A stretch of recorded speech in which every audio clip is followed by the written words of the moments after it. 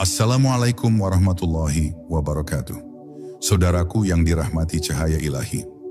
Pernahkah engkau merasa bahwa ada sesuatu dalam dirimu yang lebih dalam dari pikiran, lebih sunyi dari suara, dan lebih tajam dari penglihatan?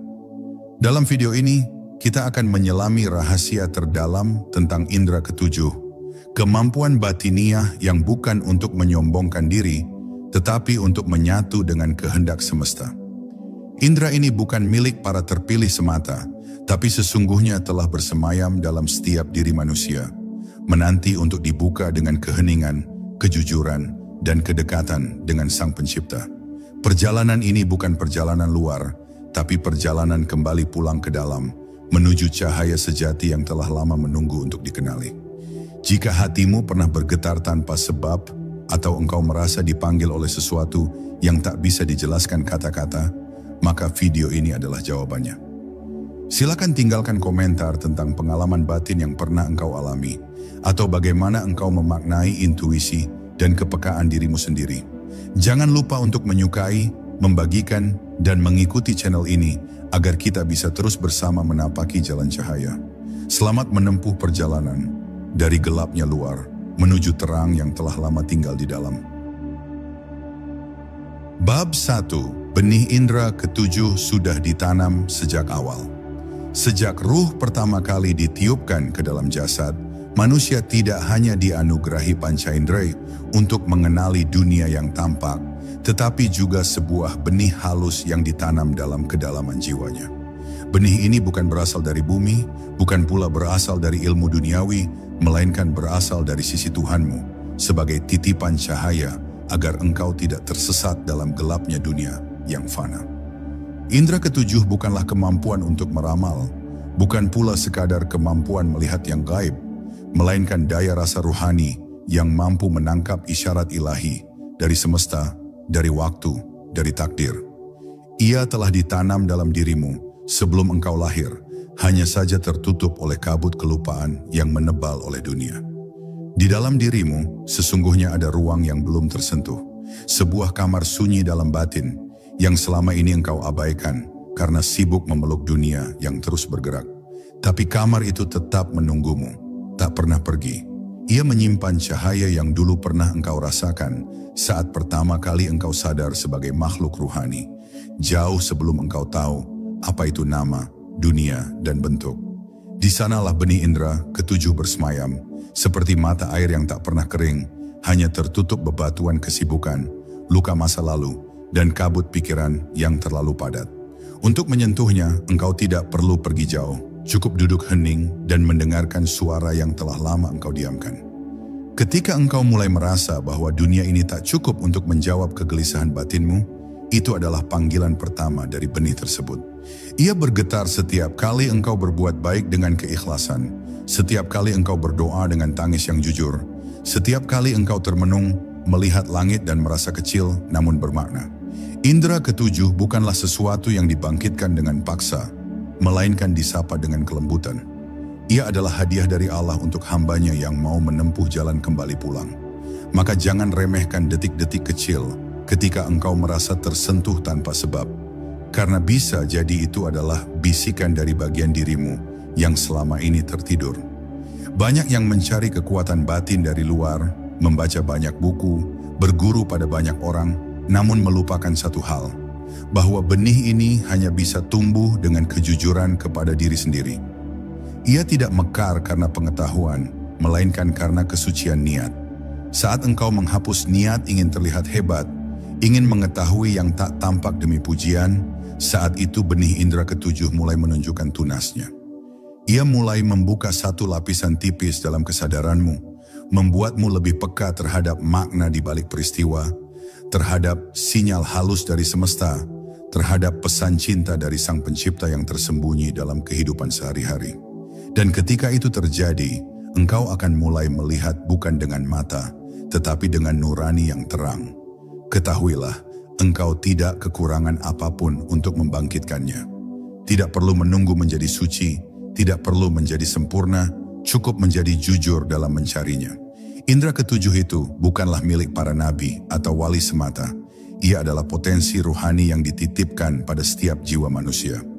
Maka tugasmu bukan menciptakannya, tetapi menyadari keberadaannya. Dan kesadaran ini hanya bisa tumbuh dalam keheningan, dalam kesabaran, dalam perjalanan batin yang tidak terburu-buru. Sebab yang ilahi tidak pernah hadir dalam hiruk-pikuk. Ia turun perlahan, mengalir lembut, lalu menyinari bagian dalam dirimu yang paling sunyi. Bab 2. Hening gerbang. Pertama, kepekaan batin.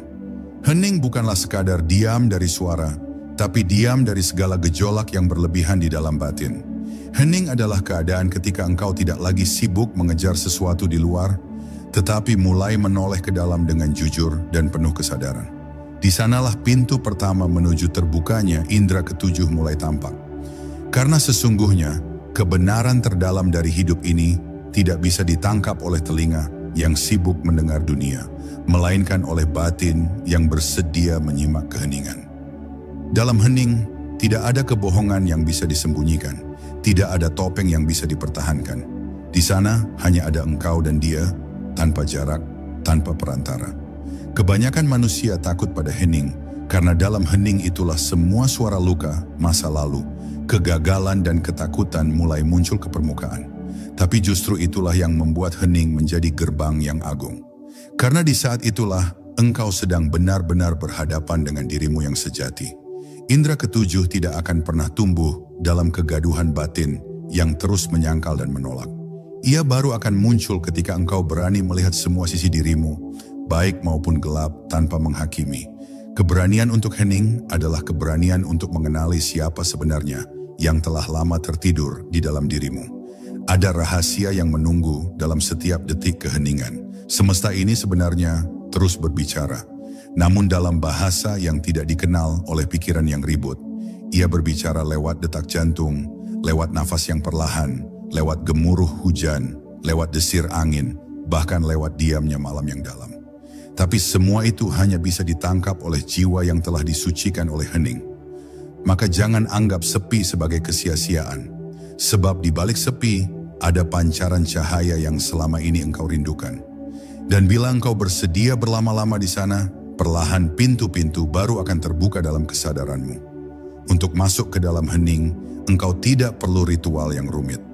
Cukup duduk, tenangkan nafasmu, dan niatkan bahwa engkau ingin mengenal dirimu dan Tuhannya. Tidak ada keheningan yang sia-sia bagi orang yang mencarinya dengan hati. Bahkan 1 menit yang benar-benar hening bisa lebih dalam daripada 1000 kata yang tak membawa makna. Indera ketujuh adalah tentang kepekaan yang lahir dari diam yang hidup, bukan sekadar kebisuan yang mati. Ia hadir ketika engkau tidak sekadar mendengar suara, tetapi mulai menyimak makna di balik suara itu. Maka latihlah dirimu untuk mencintai keheningan, karena disitulah jalan sejati menuju kebenaran bermula. Dalam dunia yang penuh suara, keheningan adalah kekuatan. Ia bukan kekosongan, tetapi kelimpahan yang tersembunyi. Banyak orang mencari kekuatan batin dengan suara keras, namun lupa bahwa kekuatan paling dalam justru datang dari ruang yang tenang. Karena dalam keheningan itulah, engkau mulai melihat lebih jelas, merasakan lebih dalam, dan memahami lebih luas. Indera ketujuh tidak perlu dipaksa muncul, ia akan datang sendiri. Seperti bunga yang mekar ketika musimnya tiba. Dan musim itu akan datang bagi siapa saja yang bersedia diam, mendengarkan, dan membuka pintu batinnya dengan ikhlas. Bab 3. Energi nafas, jembatan antara dunia luar dan dalam. Nafas bukanlah sekadar pertukaran udara yang menjaga kehidupan jasmani. Ia adalah benang halus yang menghubungkan dunia luar yang tampak dengan dunia dalam yang tak terlihat. Setiap hela dan hembusnya adalah gerakan rahasia yang mengalirkan energi dari alam ke dalam dirimu, dari langit ke dada, dari dunia ke ruh. Maka tak heran jika banyak ajaran kuno dan para sufi yang menempatkan nafas sebagai pintu rahasia menuju kesadaran tinggi. Sebab dalam nafas itulah ruh bersandar, dan dalam keheningan nafas itulah indera ketujuh bisa mulai merasakan getaran yang tak tertangkap oleh panca indera biasa. Seringkali kita bernapas tanpa sadar, seperti tubuh yang hidup namun jiwanya tertidur. Tapi ketika engkau mulai menyadari nafasmu, maka seketika engkau sedang membuka gerbang kesadaran yang dalam. Nafas yang disadari adalah cahaya. Ia membawa perhatianmu turun dari kepala ke dada, dari pikiran yang gaduh ke hati yang tenang. Dan semakin engkau menyelami nafas, semakin engkau menjauh dari keributan dunia luar. Dalam nafas yang perlahan dan penuh kesadaran, engkau akan mulai merasakan sesuatu yang sulit dijelaskan dengan kata-kata. Sebuah kehadiran yang hening, namun begitu nyata. Disitulah titik temu antara dirimu dan Tuhanmu. Energi nafas bukan hanya mengalirkan oksigen, tetapi juga membawa arus ruhani yang disebut para arif sebagai nafas ilahi. Hembusan kasih dari Yang Maha menghidupkan. Dan ketika engkau menyelaraskan nafasmu dengan zikir, dengan syukur, dengan kesadaran penuh, maka nafasmu akan berubah menjadi jembatan. Jembatan menuju kedalaman jiwa, menuju ruang di mana mata batin mulai terbuka. Di sana engkau akan merasa seolah-olah sedang dituntun oleh tangan tak terlihat, berjalan menembus lapisan-lapisan realitas yang sebelumnya tampak kabur. Dan semakin engkau menyatu dengan aliran nafas itu, semakin teranglah cahaya indera ketujuh di dalam dirimu. Latihan-latihan spiritual yang hakiki tidak memerlukan alat, tidak memerlukan tempat yang mewah. Cukup duduk tenang dan tarik nafas dengan penuh kesadaran. Rasakan ia masuk, rasakan ia keluar. Rasakan bagaimana setiap helaan membawa masuk ketenangan, dan setiap hembusan membawa keluar beban. Nafas seperti ini bukan hanya menyembuhkan tubuh, tapi juga membersihkan jiwa. Dan ketika jiwa dibersihkan, maka cahaya yang lama terpendam akan perlahan memancar kembali. Indera ketujuhmu akan mulai menangkap pesan-pesan halus yang datang dari langit, lewat mimpi, intuisi, bahkan lewat getaran hati yang tiba-tiba terasa begitu pasti meski tak beralasan. Dalam perjalanan membuka indera ketujuh, jangan pernah meremehkan kekuatan nafas. Ia adalah anugerah yang selalu menyertaimu sejak engkau dilahirkan hingga saat ruh kembali. Maka peliharalah hubunganmu dengan nafas sebagaimana engkau menjaga hubunganmu dengan Sang Pemberi hidup. Jadikan ia sebagai pengingat, sebagai zikir yang senyap namun terus mengalun. Karena sesungguhnya setiap nafas yang engkau sadari dengan penuh cinta dan kehadiran adalah langkah mendekat kepada hakikat. Dan pada akhirnya, indera ketujuh hanya akan terbuka bagi mereka yang mampu menyatu dengan aliran nafas kehidupan. Bukan hanya secara jasmani, tetapi secara ruhani yang mendalam. Bab 4. Zikir sunyi dan gerak halus kesadaran. Dalam setiap detik hidup, namanya senantiasa dekat, namun terlalu sering nama itu hanya menjadi gema di bibir, bukan getaran di hati.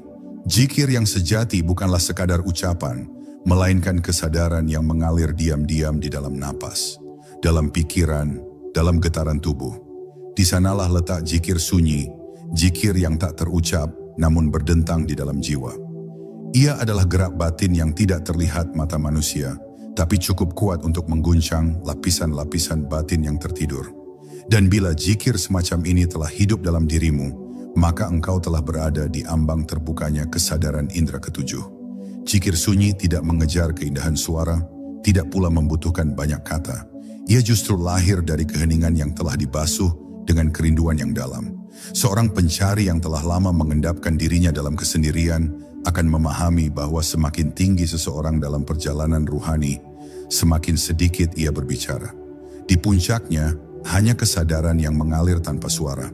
Dan saat kesadaran itu mulai menari dalam tubuh dan jiwamu, zikir menjadi sesuatu yang hidup.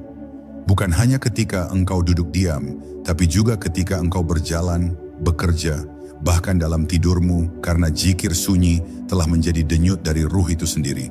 Gerak halus kesadaran adalah pancaran zikir sunyi yang telah menyatu dengan tubuh. Seperti aliran air yang merembes perlahan ke dalam tanah, begitu pula zikir meresap ke dalam keberadaanmu. Pada tahap ini, indera ketujuh tidak lagi menunggu dibuka, ia mulai terbuka dengan sendirinya.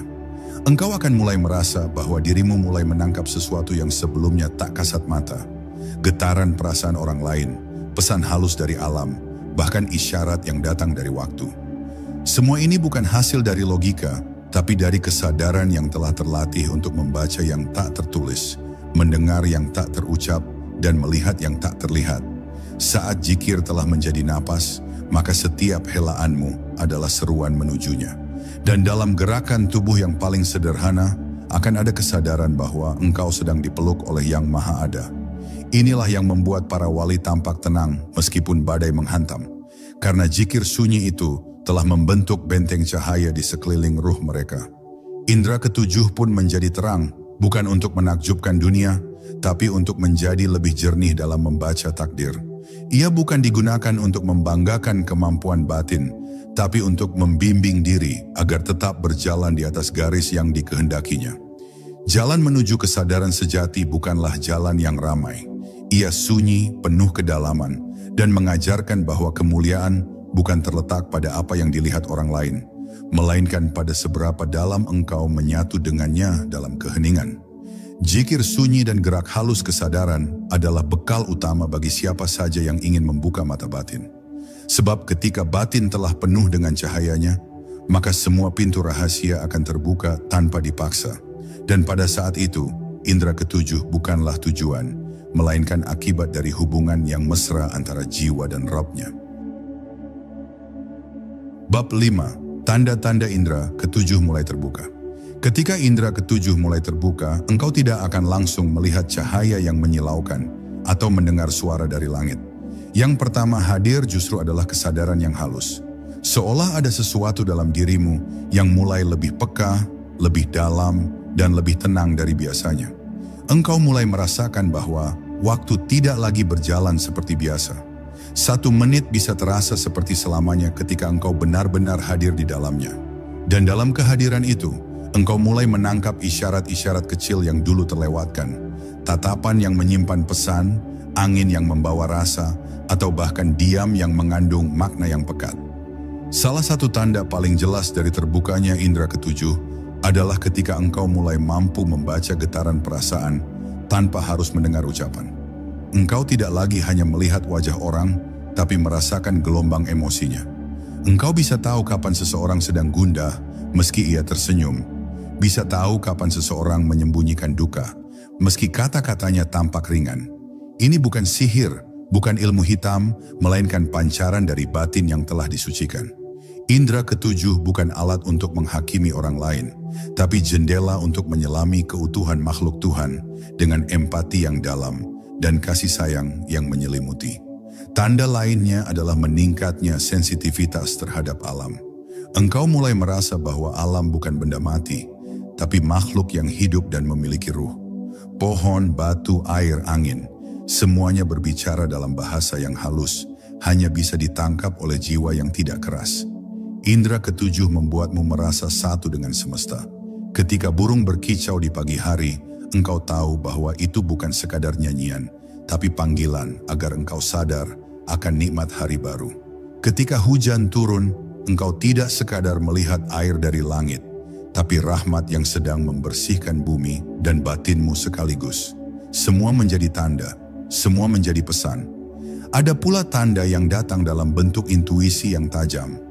Engkau mulai bisa merasa arah tanpa kompas, merasakan bahaya sebelum ia datang, merasa perlu berdoa meski tidak tahu alasannya. Semua ini adalah bagian dari mekanisme ruhani yang sedang bangkit. Tapi sekali lagi, ini bukan kelebihan yang perlu dibanggakan. Sebab semakin terbuka indera ketujuh, semakin engkau menyadari bahwa dirimu bukan siapa-siapa. Justru di sanalah letak kemuliaannya. Engkau tidak lagi tergoda untuk menyombongkan ilmu, karena engkau tahu bahwa segala rasa yang engkau tangkap hanyalah limpahan rahmat darinya yang boleh saja dicabut sewaktu-waktu. Dan tanda terakhir yang paling menyentuh adalah rasa tenang yang mulai tumbuh di dasar jiwamu. Bukan karena semua masalah selesai, tapi karena engkau mulai menerima bahwa semuanya bagian dari ketetapannya. Indera ketujuh bukanlah pintu untuk menghindari ujian, tapi jendela untuk memahami makna di baliknya. Semakin ia terbuka, semakin engkau bisa melihat keindahan dalam luka, keheningan dalam kegaduhan, dan cahaya dalam kegelapan. Saat itulah, hidup bukan lagi tempat untuk bertempur, tapi tempat untuk menyadari bahwa engkau tidak pernah sendiri. Karena Allah selalu berbicara, dan kini engkau mulai bisa mendengarnya.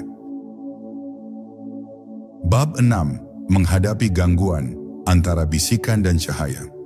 Ketika cahaya mulai muncul dari dalam, gelap pun bergerak untuk menantangnya. Inilah kenyataan rohani yang tak dapat dihindari oleh siapapun yang menapaki jalan kesadaran batin. Ketika indera ketujuh mulai terbuka, bukan hanya cahaya yang datang menyapa, tetapi juga bisikan-bisikan halus yang mencoba menyesatkan. Ia tidak selalu datang dalam bentuk yang menyeramkan, tetapi seringkali hadir dalam rupa yang menggoda, menyenangkan, bahkan terasa seperti petunjuk. Maka di titik ini, engkau dituntut untuk semakin jernih membedakan mana bisikan dari nurani dan mana bisikan dari nafsu yang menyamar dalam balutan spiritualitas. Musuh sejati pembuka mata batin bukanlah kegelapan luar, tapi kabut tipis dalam jiwa yang bernama ghurur, perasaan bangga karena merasa telah lebih peka daripada manusia biasa. Rasa ini bisa datang diam-diam saat engkau mulai merasa tahu lebih banyak hanya karena engkau bisa merasakan sesuatu yang orang lain tidak. Di titik inilah banyak pejalan tersesat bukan karena kekurangan ilmu, tapi karena kehilangan kerendahan hati. Maka penting untuk selalu kembali ke akar, bahwa indera ketujuh bukanlah pencapaian, tapi amanah. Ia bukan trofi untuk dibanggakan, tapi lentera untuk menerangi jalan pulang, agar tidak tersesat dalam kebutaan yang baru, kebutaan yang dibungkus oleh cahaya palsu. Gangguan batin seringkali hadir dalam bentuk suara-suara lembut yang seolah memuji, membenarkan apapun langkahmu, bahkan ketika langkah itu mulai menjauh dari adab. Suara ini bisa membuatmu merasa istimewa, merasa dipilih, merasa lebih dari orang lain, padahal hakikatnya semakin dekat seseorang dengan cahaya, semakin ia akan merasa kecil. Semakin terbuka batin, semakin ia akan menunduk dalam, merasa tak punya apa-apa, karena segala yang ia rasakan hanyalah karunia, bukan hasil dari dirinya sendiri. Maka, untuk menjaga kemurnian indera ketujuh, engkau perlu senantiasa membersihkan niat dan menimbang setiap bisikan dengan hati yang telah terasah oleh zikir dan kejujuran. Tak jarang pula, gangguan datang dari luar, dari manusia lain yang mungkin mencemooh, meragukan, atau bahkan mengangkatmu terlalu tinggi. Semua itu ujian. Sebagian akan mengujimu dengan keraguan, sebagian lagi akan menjeratmu dengan pujian.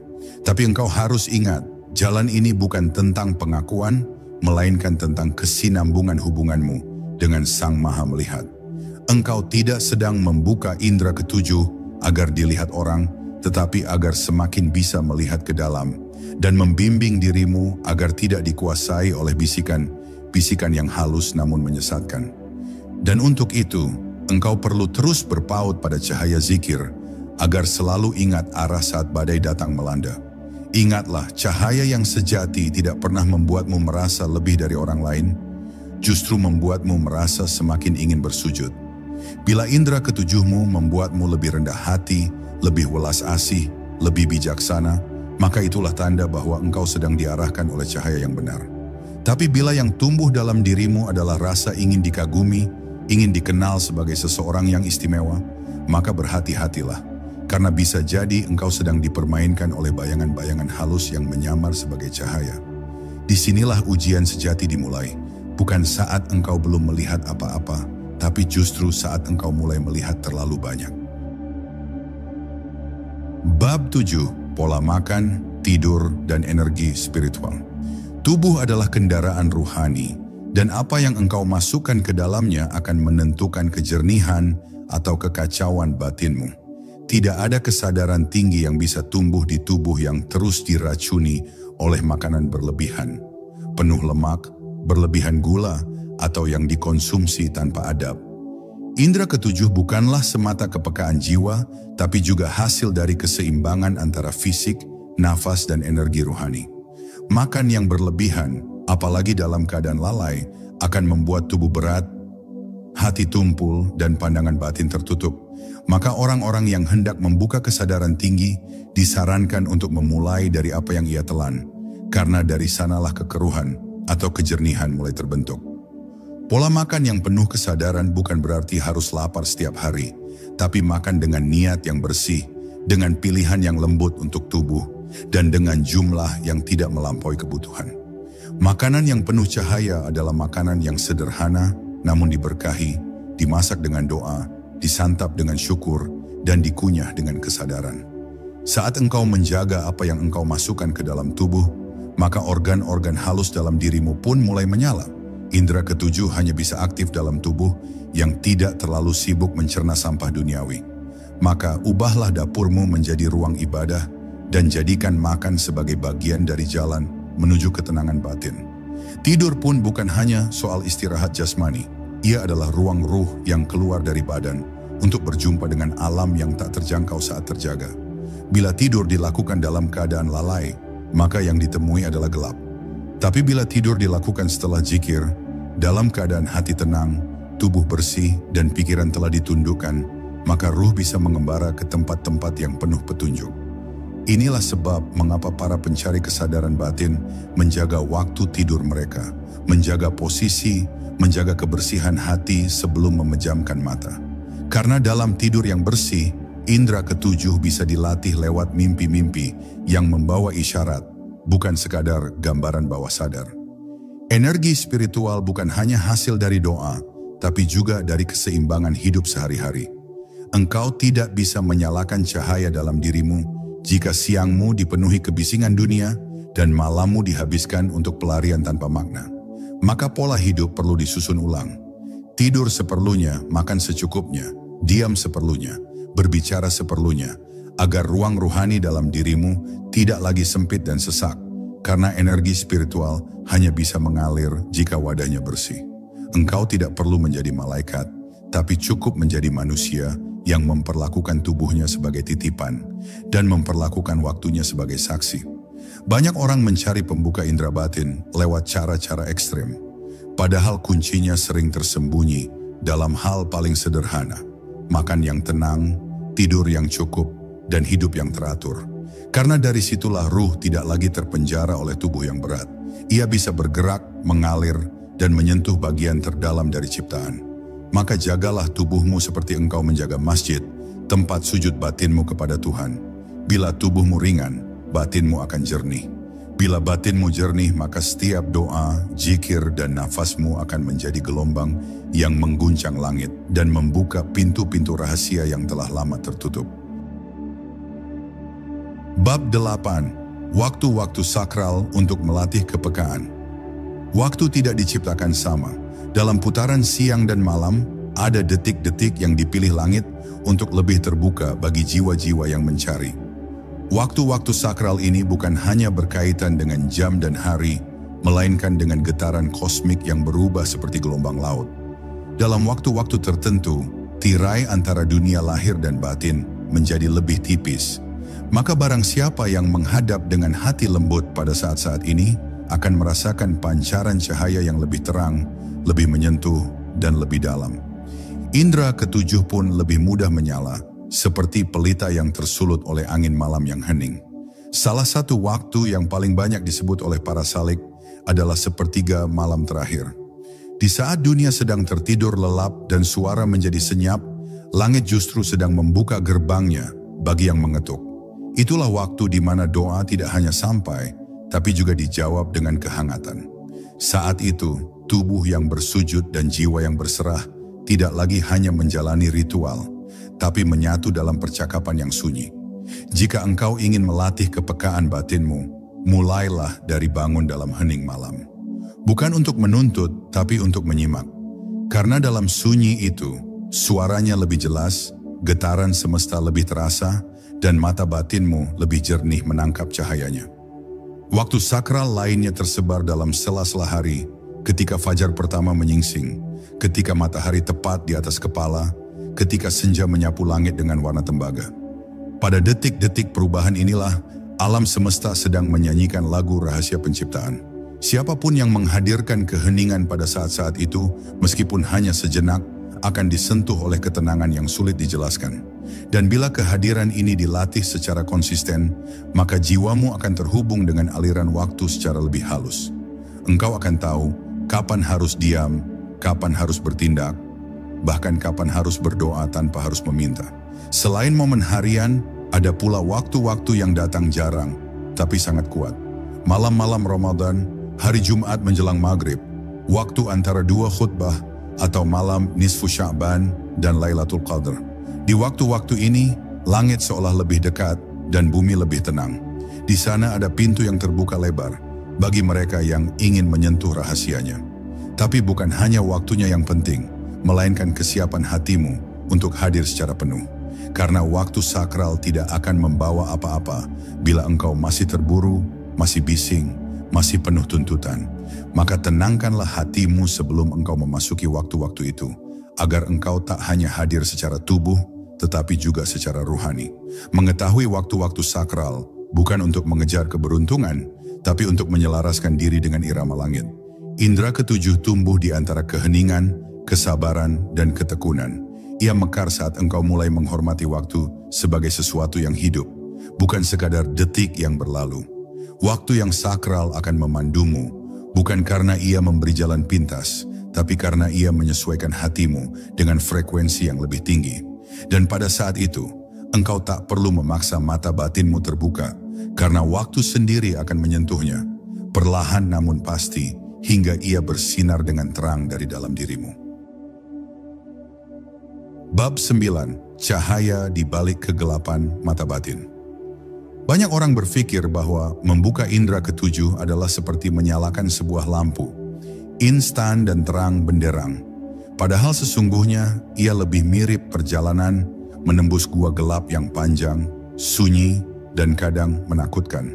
Sebab sebelum engkau melihat cahaya, engkau akan diuji dengan bayang-bayang ketidaktahuan, keraguan, bahkan ketakutan yang berasal dari dalam dirimu sendiri. Indera ketujuh tidak langsung menyajikan keajaiban. Ia mengungkapkan kenyataan. Dan kenyataan, bila belum dibersihkan, kadang menyakitkan.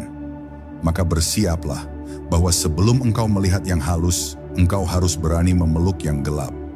Banyak pelatih batin dan mursyid sejati mengingatkan bahwa kegelapan awal yang muncul bukan datang dari luar, tapi dari dalam diri sendiri. Itulah ego yang terluka, trauma masa lalu, niat yang belum jernih, dan pikiran-pikiran yang belum dibereskan. Ketika mata batin mulai membuka, semua itu akan muncul ke permukaan. Seperti cahaya yang menyinari ruangan berdebu, bukan karena cahaya itu kotor, tapi karena ia memperlihatkan apa yang selama ini tersembunyi. Maka jangan takut ketika engkau mulai merasakan gelisah atau bahkan gangguan dalam batinmu. Itu bukan kegagalan. Itu adalah tahap pembersihan, proses menyingkap tirai. Dalam fase ini banyak yang mundur. Mereka merasa gagal karena tidak menemukan kedamaian seperti yang dijanjikan dalam banyak cerita. Padahal kedamaian sejati lahir justru setelah badai usai. Indra ketujuh tidak tumbuh dalam kenyamanan yang dibuat-buat, melainkan dalam keberanian untuk menyelami kedalaman batin yang belum pernah dijamah sebelumnya. Setiap rasa takut yang dihadapi dengan jujur akan menjadi jembatan menuju pencerahan. Dan setiap luka yang disembuhkan dengan ikhlas akan berubah menjadi cahaya yang menuntun jalan. Maka jangan buru-buru ingin melihat malaikat, mimpi yang indah, atau tanda-tanda ajaib. Latihlah dulu keikhlasan melihat dirimu sendiri, tanpa topeng, tanpa kepura-puraan. Disitulah latihan sejati dimulai. Indra ketujuh bukan tentang kehebatan spiritual, melainkan tentang ketulusan memahami kenyataan. Dan kenyataan tidak selalu manis. Tapi begitu engkau mampu menerima yang pahit dengan tenang, engkau akan menemukan sesuatu yang lebih dalam dari sekadar penglihatan, yaitu kebijaksanaan. Itulah cahaya yang sesungguhnya, yang tidak menyilaukan, tapi menghangatkan jiwamu dari dalam. Ketika akhirnya cahaya itu muncul, engkau tidak akan merasa hebat, tapi justru merasa kecil, tunduk, dan terharu. Karena ternyata seluruh perjalanan itu bukan untuk melihat lebih banyak hal, melainkan untuk menyadari bahwa semua yang dibutuhkan selama ini telah diam di dalam dirimu. Mata batinmu tidak dibuka oleh ambisi, tapi oleh penerimaan. Dan dalam penerimaan itu, engkau tidak hanya melihat dunia yang tak kasat mata, tapi juga mulai melihat dunia yang tampak ini dengan lebih jernih, lebih lembut, dan lebih penuh kasih. Bab 10. Menjadi penjaga cahaya di dunia yang gelap. Setelah melalui seluruh perjalanan pembukaan indera ketujuh, engkau mungkin menyadari satu hal yang paling mengejutkan, bahwa apa yang engkau capai bukanlah sekadar kemampuan untuk melihat yang tak terlihat, melainkan sebuah tanggung jawab baru untuk menjaga cahaya di dunia yang kian meredup. Karena bukan sedikit yang memperoleh penglihatan batin, namun hanya segelintir yang menggunakannya dengan rendah hati. Indra ketujuh bukan hadiah bagi ego, melainkan amanah bagi jiwa yang siap mengabdi. Semakin terang cahaya yang kau lihat, semakin besar pula bayangan tanggung jawab yang harus kau peluk dengan tulus. Dunia saat ini bukan hanya gelap karena kekacauan lahiriah, tapi karena banyak jiwa kehilangan arah batin. Banyak orang mengejar cahaya di luar, tapi lupa menyalakan pelita dari dalam. Maka engkau yang telah belajar menyentuh keheningan, menyelami kedalaman, dan menyingkap hijab indera ketujuh, kini dipanggil untuk tidak sekadar mengetahui, tetapi menjadi penyejuk di tengah kegelisahan, menjadi pelita yang tidak menghakimi, tapi menyinari dengan kasih, menjadi saksi hening yang menyampaikan pesan Tuhan, tanpa harus mengucapkan sepatah kata pun.